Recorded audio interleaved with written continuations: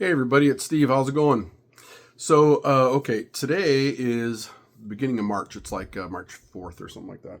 Hey, March 4th. It's the only command in the calendar. And I just gave it to myself. I'm gonna disobey it. I'm not going to March 4th today. Yeah, Karen and I are still in Baton Rouge.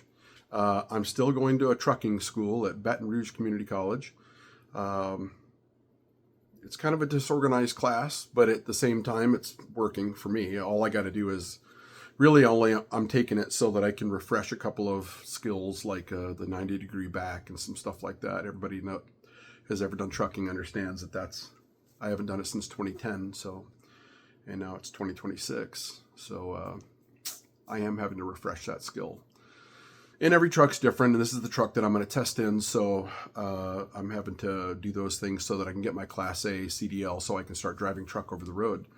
So I have a plan. And as we know, anybody that's followed this at all has seen me maybe since I was driving buses. And I was going to school and for 6 solid frickin' years, and starting around in COVID. And so it was a good way to use my time then and stuff. And I kept on going until I got a master's degree. And then I decided, since it was in business, I decided to go into business, and that's why I was doing that. I've had a couple of businesses before that, but I was going at it from the technician standpoint because I'd always been a worker, and there were always things missing. I didn't understand the books. I didn't understand, I liked marketing, but I didn't know it. I didn't know anything about it, not really, and the business end of it, I could do the best work anybody's ever done,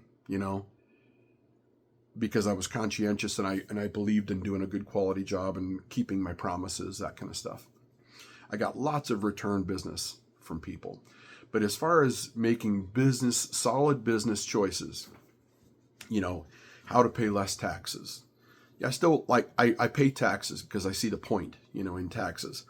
It infuriates me to no end how much people try to avoid paying taxes and break laws to do that, or find 8 million loopholes to do that. But there are things that you can do that are legitimate to pay less taxes than necessary. And business is set up that way so that businesses survive. Having a small business is no joke. It's not easy. It's not really designed to make a ton of more money than other people that are working for somebody else. Really, you're basically buying freedom. I can choose who to work for, or when to work, or what to do exactly. And in the end, you're just hoping to make as much as the guy that doesn't have to do any of the stuff for himself, any of the thinking, for himself. Because I've had 8 million people ask me, well, why don't you just work in a factory like I do? It's so easy. I go to work, I come home, I stop thinking about it. I go to work the next day, I come home, I stop thinking about it. And one, I like to think I do it anyway, whether I want to or not. And two, I like the freedom. If I'm going to take a vacation, I don't want to have to ask permission, because when you're asking permission, you're taking a chance on them saying no, like they're my daddy or something. And I've had plenty of companies, and everybody else has too, over time, that said, no, it's not a good time. And what they mean is, sorry, the managers, the people above you, they're all taking their vacations around that time. So yeah, you have to choose the least cool time to take your business. Yeah, I mean, you're to take your vacation because, you don't own this shit. But if you did want to graduate all this bullshit, open your own business, which they always say because they're hoping it's too scary for people. Well, shit, I've never been smart enough to be scared. So anyway, I finally got around to getting my education, and I finished that, then opened up 2 businesses, got out of bus driving, and opened up 2 businesses. First, I opened up one, and then I realized, shit, to get that one really going, I need funding to hire a specific kind of marketing company that also does my scheduling,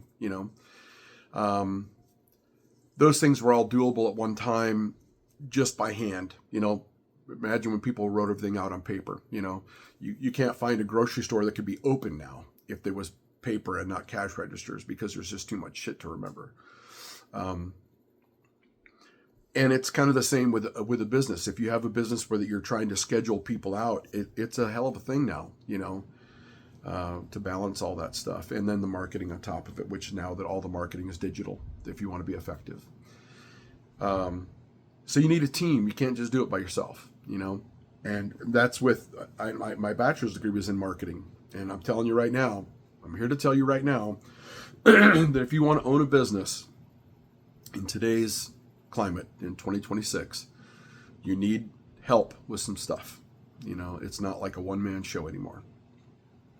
And even when I was a one-man show, the reason I went into education for my business degree was because I knew there was something missing, And so I started my second business, which was just a consultancy, because I thought, well, I don't really have to advertise that like crazy. It's business to business advertising, and it can all be done on LinkedIn.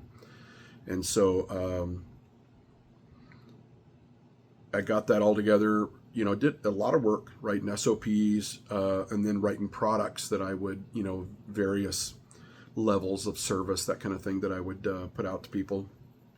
And then I got on LinkedIn with my ready to go. I'm ready to go. Only problem is, I don't know, I just couldn't make it happen. The people were answering me were not legitimate business people. They were recruiters and headhunters, and everybody and their uncle trying to get me to work for them, but not people that wanted me to do the consulting. They wanted me to move to Kansas or New Jersey or Dubai or something like that, and work for them 9 to 5. And I'm like, that's not what I'm doing. That's why I'm doing this, and it just wasn't happening. So again, basically, it ends up coming down to a marketing issue. Either I'm going to spend 8 hours a day or more on my computer putting out, weaky squeaky advertisements for myself and maybe get a hit. It's like shitty fishing is what it is. It's fishing with a hook or with the wrong bait in a practically dead river, which everybody that's a fisherman has done that before. No fun. And so I'm going into something to fund, which is really funny to even say that out loud, but I'm having to earn money at a regular job to fund my business. And I'm not even, the other businesses are there. I did a ton of work on it to get both of them up and ready. Both of them are registered businesses. Both of them, I'm accountable for, I'm responsible for. One of them I have insurance on, which, I'm going to let that die as soon as it comes up, but it's paid up at the moment. And, but the company that costs $800 a month to start, to get those guys, to do what I need them to do to get my business started. So $800 a month, it doesn't sound like a lot, but when you got your, the rest of your expenses on top of it, it's a chunk. So I decided to go into trucking. That's a, guaranteed money. Now, if you own your own truck and stuff, everybody that knows anything about trucking knows that's not guaranteed money. So I'm getting my Class A CDL back, and I'm going to be a company driver, probably for Prime to begin with. And I'm going to do that for about 6 months, and then I'm going to decide at that time whether I want to do a lease op. And I'm not in the remotest way interested in buying my own truck. The only reason I would do that is for 2 reasons. One, I would have more freedom. It's not that I want to refuse loads necessarily, but that option exists then. But I would have the freedom to push, to stay out for a long time, and then get to take a 2-week vacation with Karen, when I wanted to, and when it was convenient for her and whoever else we had going with us, that kind of thing. And, that I just get to have the same truck every day. It's essentially my truck. I'm leasing it. And when you're a company driver, they take a lot of the weight off your back. You know, you don't have to think about a lot of stuff. You don't have to maintain the vehicle like they would. They pay for fuel, they pay for tires, all that stuff. And any breakdowns, they pay for that, and might even get you a different truck while that's happening, instead of you just not making any money. Because even as a company driver, when you're sitting, you're not making money. You know, because you're only making money for them when you're moving with freight. So that would make sense that you only get paid when you're moving with freight. But it's a lot of freedom. I don't have to be around a lot of people. And I know this sounds weird because everybody that knows me knows that I'm a chatterbox and I seem really social. But maybe it's because I'm old. The older I get, the less patience I seem to have with what we used to call in military as shitheads, you know? Yeah. So the E4 Mafia on down, those people, and some people like that are just that way their whole life, you know, and we all know who they are. And I just don't have a lot of patience for them.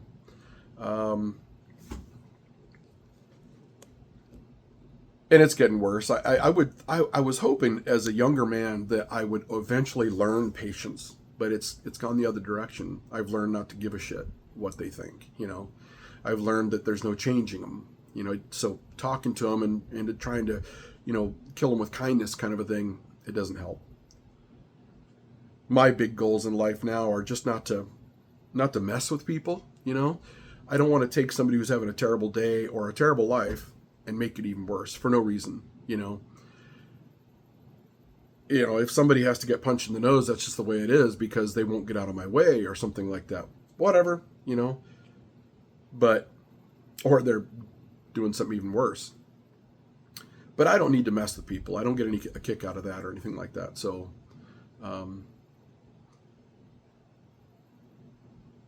the idea is with trucking, I can be out on the road by myself a lot. I can do the things that I like to do, which is, you know, I like to read.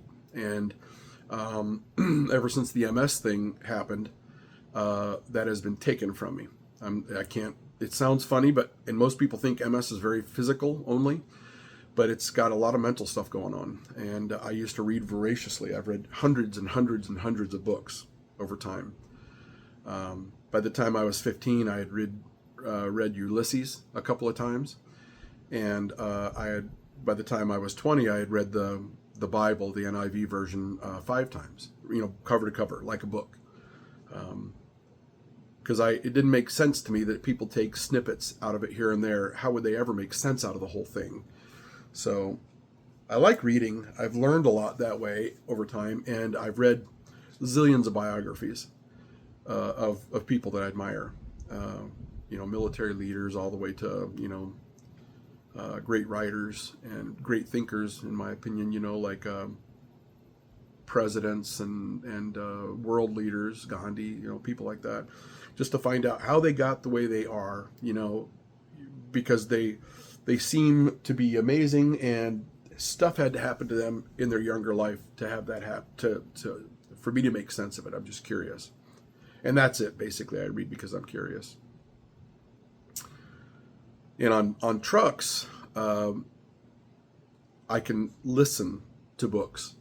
I go through, it's called Audible, and there are thousands of books that you can listen to. And many I have on Audible. I used to buy tapes, you know, like Stephen King books on tape and shit like that. But the Audible is much, much better. I have an account with them, and they take good care of me.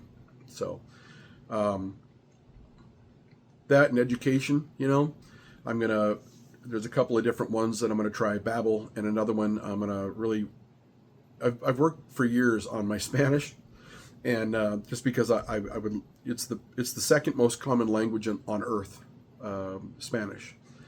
And I would like to, and it's frustrating to sit in front of people that don't speak English, or very little. And so they're comfortable speaking their language, their first language.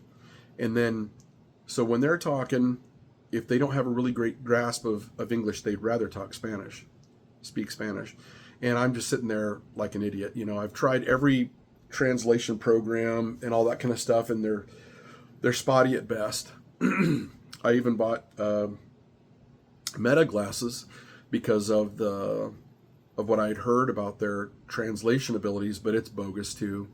You have to say, "Hey, Meta," and then get it to translate. Okay, and then you're looking at the person. Okay, now talk.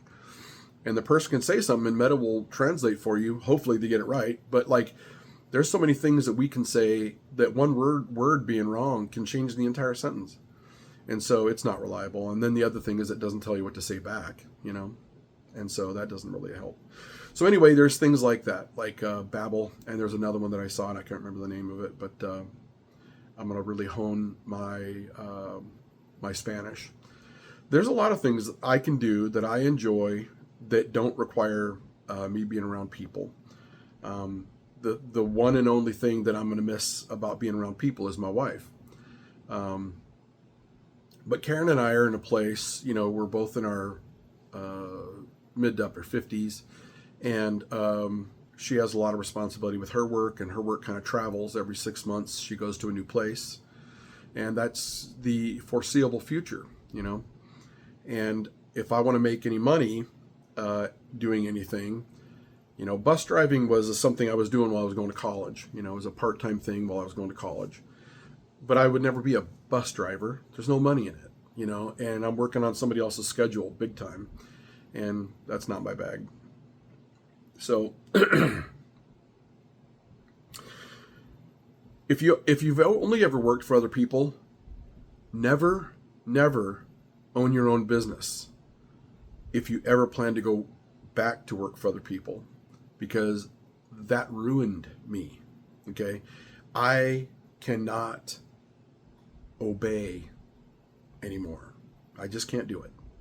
I wasn't good at it in the very beginning, like when I was transitioning from being a child to, the military was a great transition because it was a whole lot like living at home with my parents, because I was an actual person that had parents that, were interested in guiding me and then disciplining me and that kind of stuff, helping me learn my own discipline. The military was the exact same thing. The sergeants are your moms and dads of these kids.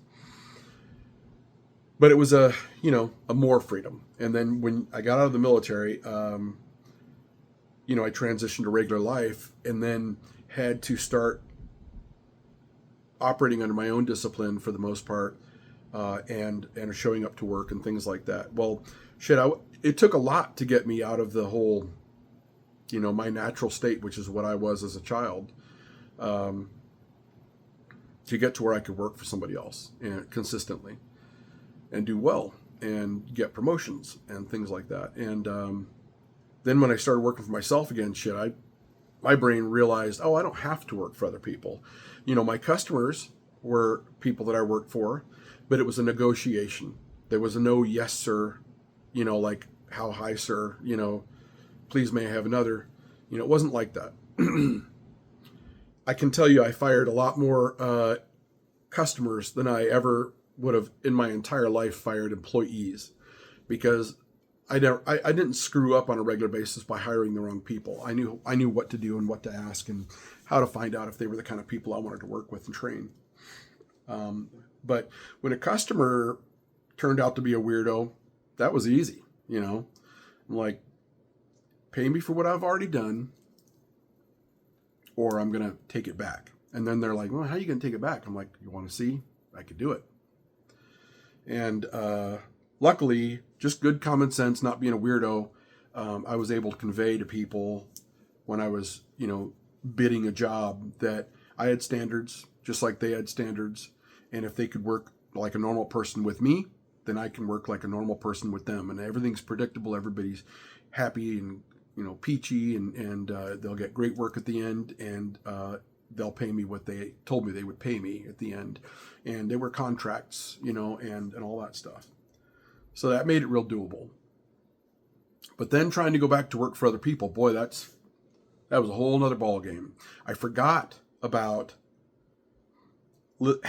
being required to listen to stupid people.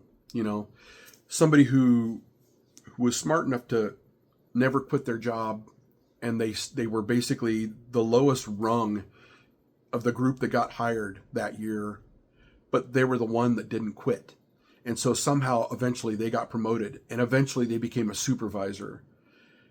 As dumb as they were, as bad of decisions as they made, by sheer attrition, they became a supervisor. And then you got somebody like me trying to go to work for them and having to listen to them. And I'm like, yeah, but that doesn't make sense. I wouldn't do that. That's not what I do. I know I'm not going to do that, And then they're like, well, I'm the boss. If you don't like it, maybe you should have your own business. And I'm like, shit, man, I've been there, done that. I agree with you on that. But so, yeah, don't ever get a job don't think you're going to get a job after you've had your own business before. It's not going to work.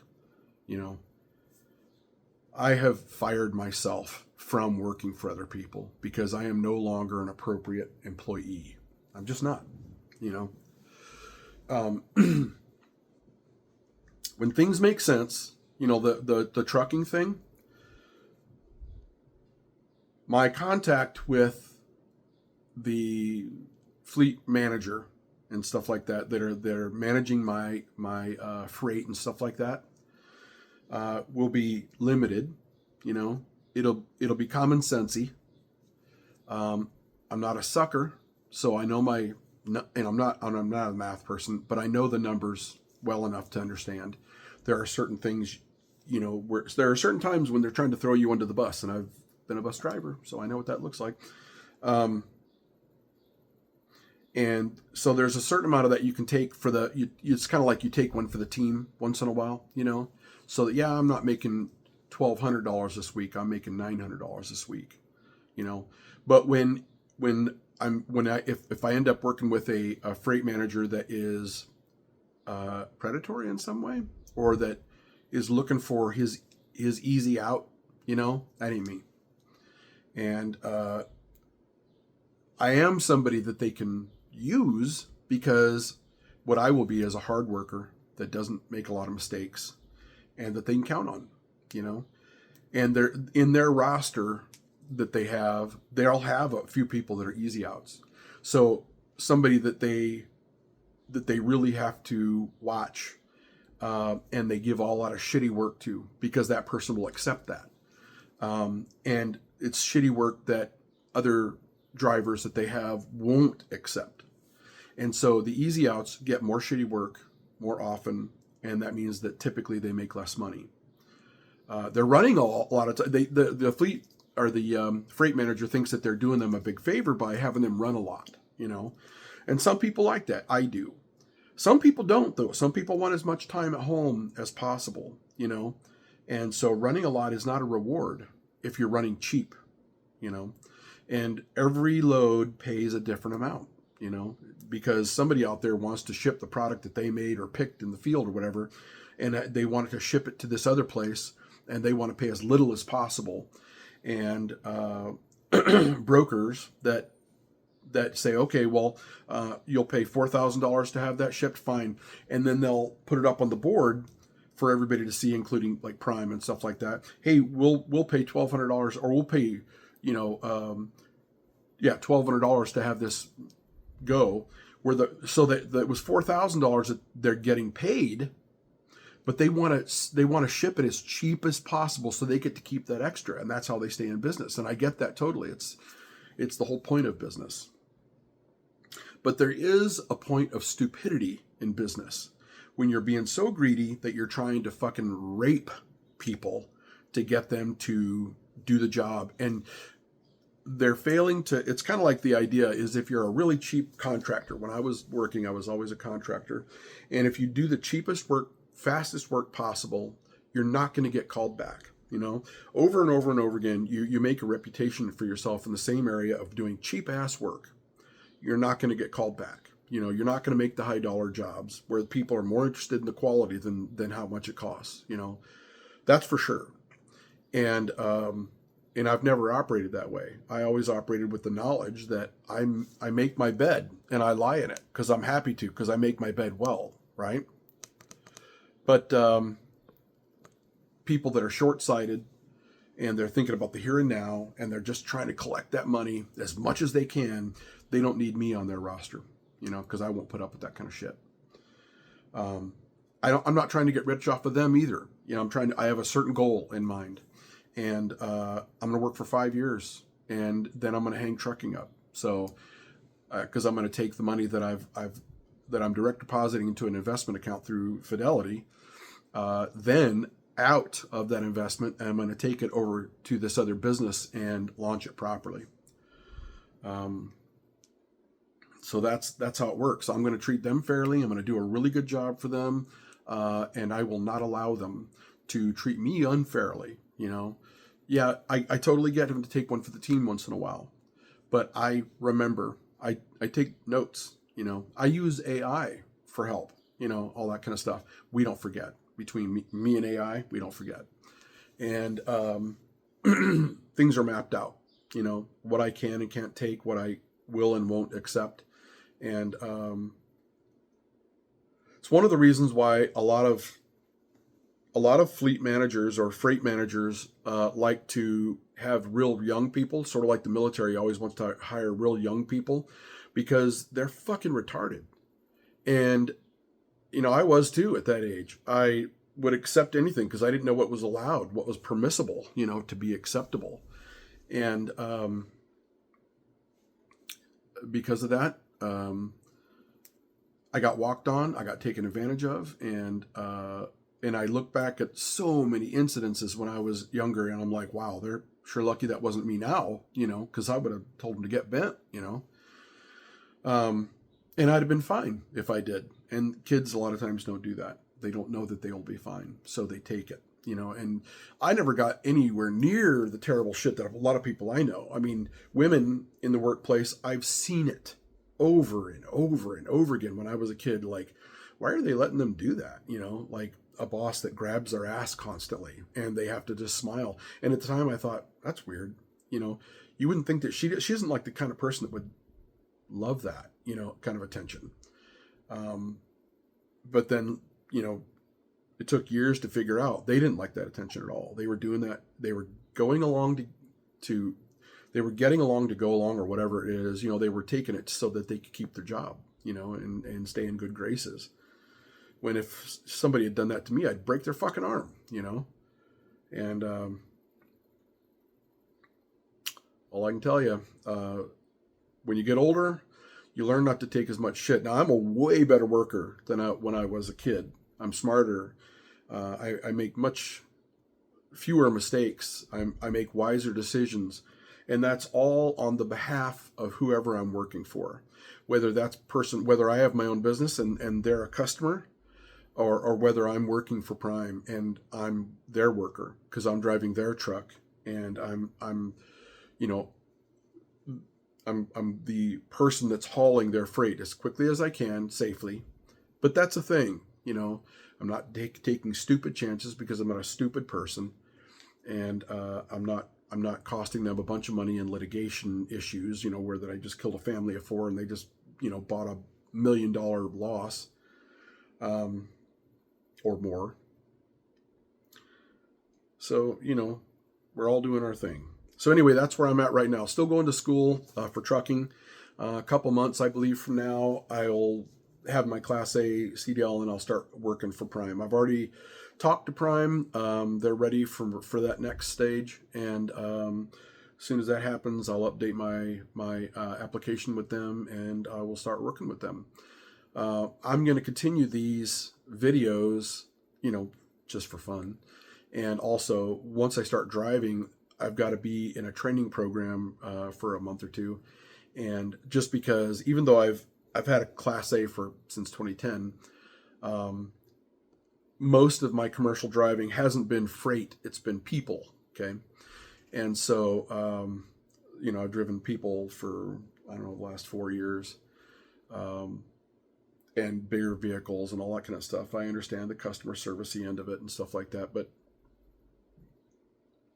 the whole point of, how to pick up, where to drop off, how to run the in-betweens, and how to be smart about it, that's stuff that has to be trained to you. And it takes a little bit of time riding with an experienced driver that gets paid extra to be a trainer for that. So I won't probably be doing too many videos during that time, just because it would be rude, you know, it'd be weird too on top of it to video in front of a trainer.